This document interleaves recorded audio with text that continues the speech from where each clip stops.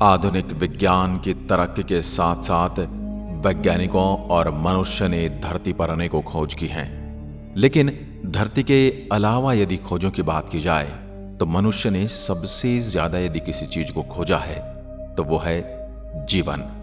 मनुष्य ने मंगल, चांद और भी कई ग्रहों पर जीवन को खोजने की प्रयास किए हैं, परंतु हर जगह वह असफल रहा है।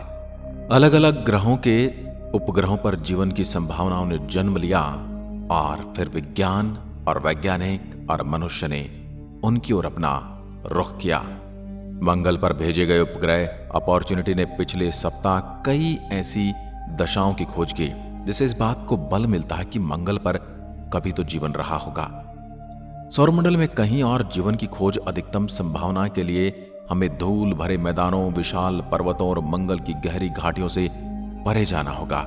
इसके लिए हमें एस्टेरॉयड बेल्ट से भी आगे जाकर छानबीन करनी होगी। वहां बृहस्पति ग्रह पर असल जीव जिंदा हो सकते हैं। दूसरी ओर लाल ग्रह कहे जाने वाले मंगल पर वैज्ञानिकों को वर्षों पहले मर चुके कुछ जीवाणुओं के मिलने की उम्मीद है।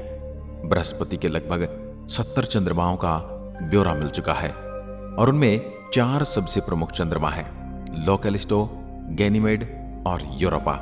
लो ज्वालामुखियों, उबलते लावा और जहरीले सल्फर के गुबार से भरा हुआ, कैलिस्टो बर्फीली चट्टानों से ढका है। लेकिन गैनीमेड और यूरोपा पर बर्फ के विशाल परत जमा है जिसके नीचे पानी के समंदर हैं।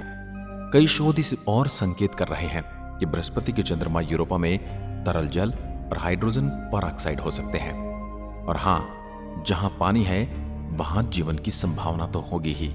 इस कारण यूरोपा अंतरिक्ष एजेंसी ने अंतर्राष्ट्रीय स्तर पर समर्थित बृहस्पति चंद्रमाओं के मिशन जूस की शुरुआत की। Juice Jupiter IC moons explorer का संक्षिप्त नाम है।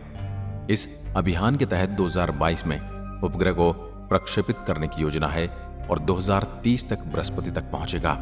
उपग्रह करीब 3 वर्ष तक बृहस्पति के वातावरण और उसके बर्फीले चंद्रमाओं का अध्ययन करेगा और अंत में गैनीमेड की कक्षा में दम तोड़ देगा। गैनीमेड सौर मंडल की सबसे कम उम्र का चंद्रमा है।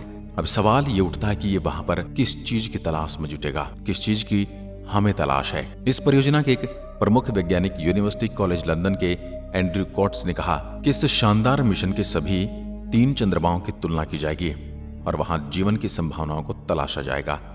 कॉट्स ने कहा, आपको जीवन के लिए ऊर्जा के स्रोत, तरल जल, कार्बन, नाइट्रोजन, ऑक्सीजन, फास्फोरस और सल्फर की आवश्यकता है। उसके बाद जीवन के विकास के लिए पर्याप्त समय की आवश्यकता है। गैनीमेड और यूरोपा दोनों में ये सभी चीजें पाई जाती हैं।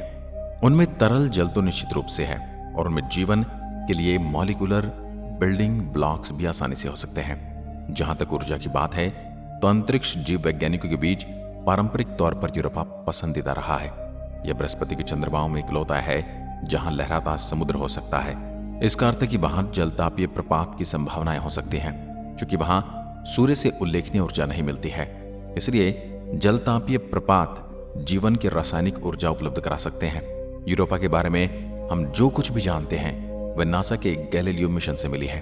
1990 के दशक के मध्य में शुरू हुए इस मिशन ने बृहस्पति और उसके चंद्रमाओं पर करीब 8 साल गुजारे हैं। कुछ वैज्ञानिकों का मानना है कि बृहस्पति के एक अन्य चंद्रमा गैनीमेड में जीवन की संभावनाएं अधिक हैं। जीवन के बारे में किसी सटीक निष्कर्ष तक पहुंचना अभी तक मुश्किल बना हुआ है। हालांकि नए शोध इस दावे को प्रबल करते हैं कि यूरोपा पर जीवन हो सकता है। नासा के कैलिफोर्निया स्थित जेट प्रोपल्शन लेबोरेटरी के अंतरिक्ष जीव वैज्ञानिक कॉविन हैंड ने कहा, जिसे हम जीव मानते हैं उसके मद्देनजर यह माना जा सकता है कि वहां पृथ्वी के मानकों के अनुसार जीवन की संभावना है। पृथ्वी पर स्थित दूरदर्शियों का इस्तेमाल करते हुए हैंड और उनके साथियों ने हाल में यह बात की पुष्टि की कि यूरोपा के अधिकांश सतह पर हाइड्रोजन परऑक्साइड काफी मात्रा में उपलब्ध है और मंगल के विपरीत वहां बड़े बड़े बहुकोशिकीय जीव के लिए पर्याप्त ऊर्जा हो सकती है। उन्होंने बताया कि हम पृथ्वी पर जीवन के जटिल स्वरूपों के विकास के बारे में बहुत अधिक जानते हैं और इसलिए यूरोपा के बारे में अधिक अटकलें लगाना मुश्किल है। हैंड ने समझाया, यूरोपा की सतह पर बर्फ के विकिरण से तैयार हाइड्रोजन परऑक्साइड और ऑक्सीजन जैसे घटकों के संकेत मिले हैं और इससे रासायनिक और ऊर्जा संपन्न समुद्र की संभावनाओं को बल मिलता है जो जटिल जीवों को जन्म देने में सक्षम हो सकते हैं। तो यदि वहां जीवन है तो वह किस रूप में हो सकता है। बृहस्पति के चंद्रमाओं के बारे में हमारी जानकारी नासा के गैलीलियो मिशन पर आधारित है। हैंड ने बताया, जब आप एक दूसरे स्वतंत्र जीवन की उत्पत्ति के बारे में विचार करते हैं तो कुछ भी संभव है। मेरा दावा है ये ध्वनिक और सोनार संवेदी अवधारणा पर निर्भर करेगा, क्योंकि यह विशाल समुद्र में होगा और चूंकि बृहस्पति चंद्रमा को लगातार अपनी तरफ खींच रहा है, बर्फ की चट्टानें दिन प्रतिदिन टूटती जा रही हैं। हालांकि विशाल कानों वाली एलियंस मछलियों से भरे एक समुद्र की कल्पना काफी रोमांचक है, लेकिन जाहिर तौर पर यह अभी तक केवल अटकलेबाजी है। जीवन की संभावनाओं के प्रमाण बढ़ रहे हैं, लेकिन जीवन की संभावनाओं का अर्थ ये नहीं है कि वहां जीवन है। वास्तव में कॉट्स बताते हैं कि गैनीमेड में कहीं बेहतर संभावनाएं हैं। वो कहते हैं इसके पास एक चुंबकीय क्षेत्र है जो उसे विकिरण से बचाता है। खासतौर पर ये यूरोपा के साथ एक समस्या ये है कि वहां के वातावरण में विकिरण काफी अधिक है। इसके अलावा गैनीमेड के तरल समुद्र के ऊपर जमी बर्फ भी उसे विकिरण से बचाती है। ये तो थी वो बातें जो हम जानने की कोशिश कर रहे हैं और जो हमने अभी तक जाना है, लेकिन इसमें सबसे ज्यादा निराश और सबसे ज्यादा हौसला देने वाली भी एक चीज है। इस बारे में निराश करने वाली बातों की यदि बात की जाए तो ये है कि सब कुछ तय सीमा के हिसाब से चलता रहा, सब कुछ जैसा हमने सोचा है वैसा ही चलता रहा, तो जूस के बृहस्पति तक पहुंचने में 17 साल तक और गैनीमेड की कक्षाओं में पहुंचने के लिए 19 साल इंतजार करना पड़ेगा। तभी हम किसी जवाब के नजदीक होंगे। लेकिन कोर्ट्स इसके उजले पक्ष की ओर देखते हैं, लेकिन हमें इसके उजले पक्ष की ओर देखना चाहिए। ये सोचना उल्लेखनीय है कि जब जूस गैनीमेड की कक्षाओं में प्रवेश करेगा उस समय आज 2 साल का जो बच्चा है वो उस दिन पीएचडी कर रहा होगा।